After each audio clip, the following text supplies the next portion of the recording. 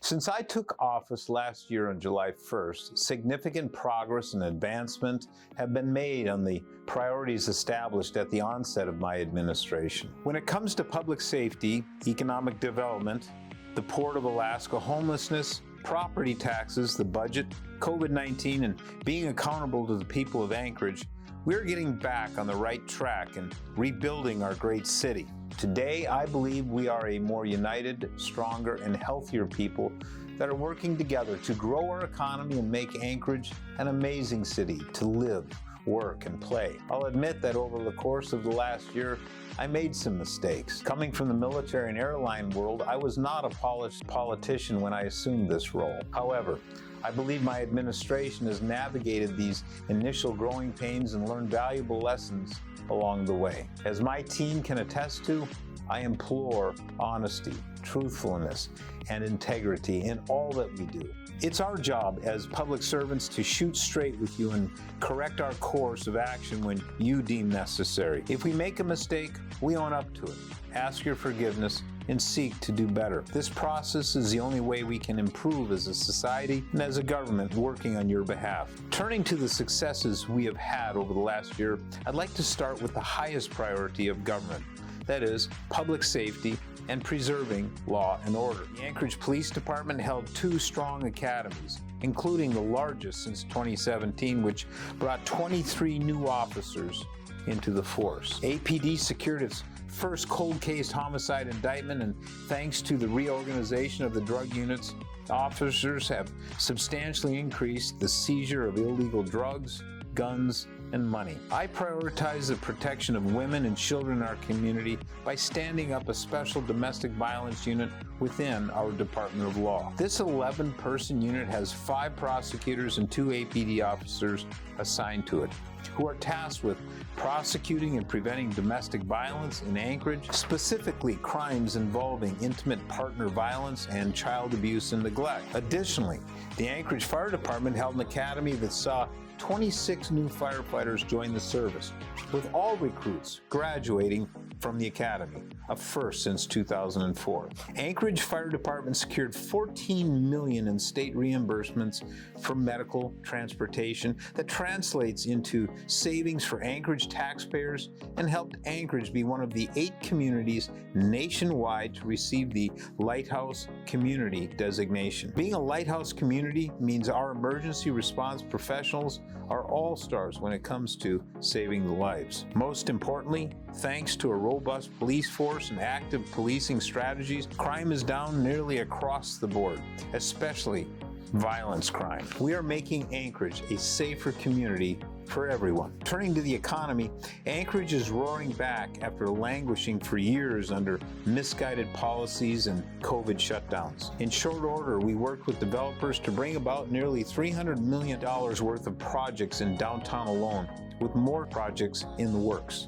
The Block 41 project, the 6th Avenue project, and Debenham's apartment complex are substantial investments that will bring much-needed housing to downtown and create hundreds of jobs in the process. With only 4% unemployment and the number of residents receiving unemployment benefits at lowest level since 1999, nearly everyone in Anchorage who wants a job either has one or can get one. As we all know, Anchorage is facing a housing shortage.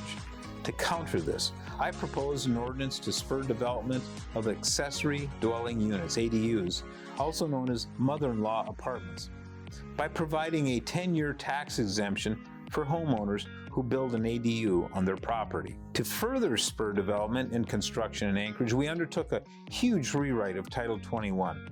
That was approved by the Assembly. The benefits of this effort are already bearing fruit. Building activity is up nearly $50 million this year over 2021. Coming into office, addressing homelessness was at the top of my list.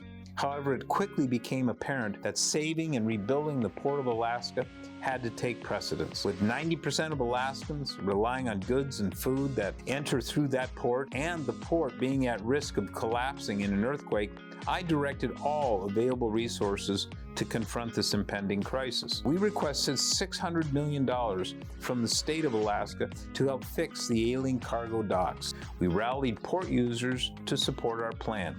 We traveled to D.C. to present the case to our congressional delegation and lobby federal agency heads, and spent considerable time in Juneau during the legislative session, imploring legislators on both sides of the aisle and Governor Dunleavy, who helped our cause tremendously, on the need to secure funding this year. This work paid off as we secured the largest appropriation ever in the state, $200 million for this port. The municipality also triumphed in our lawsuit against the Federal Maritime Administration, MARAD, that could result in winning $367 million in damages due to botched design, construction, and management failures that took place during a prior expansion project at the port. Coming back to homelessness, it must be noted that the progress made in the last year on this issue is historic. Never have so many people come together to address this humanitarian crisis facing our city. Through the work with the Assembly and community partners,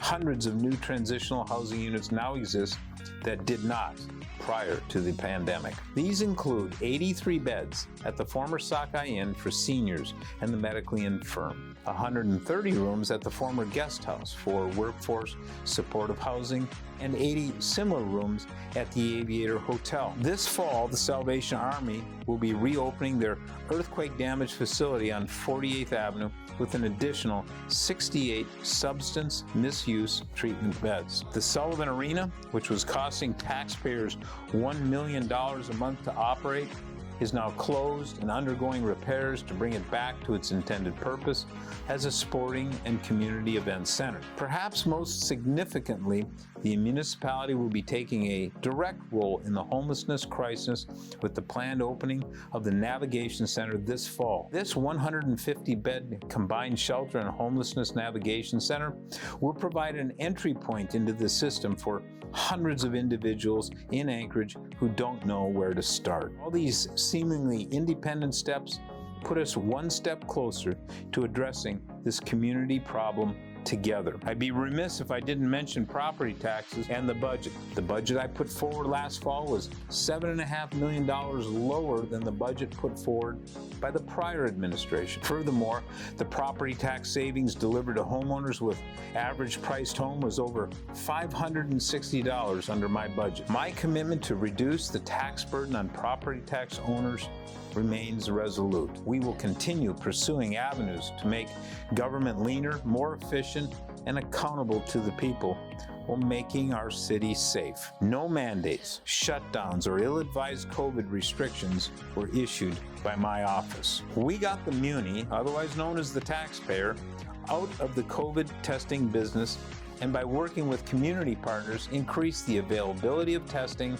vaccine, and treatment clinics in our city. We kept businesses open, churches worshiping, and gatherings happening in Anchorage. As your mayor, it's vital to hear from you and meet with people I represent. Over the course of the last year, I participated in many events, ceremonies, and speaking engagements. My office is open, and I'm here to listen to you. Likewise, some of the work my team has done to connect with and build up our city include organizing relief efforts for the people of Tonga struck by the volcano, conducting multiple job fairs to provide employment opportunities to underprivileged communities, teaching financial literacy to elementary school children, engaging Anchorage youth with their local government, and starting a mentorship program within the mayor's office. These accomplishments exemplify just some of the work my administration has undertaken this last year. Other than being a husband and father,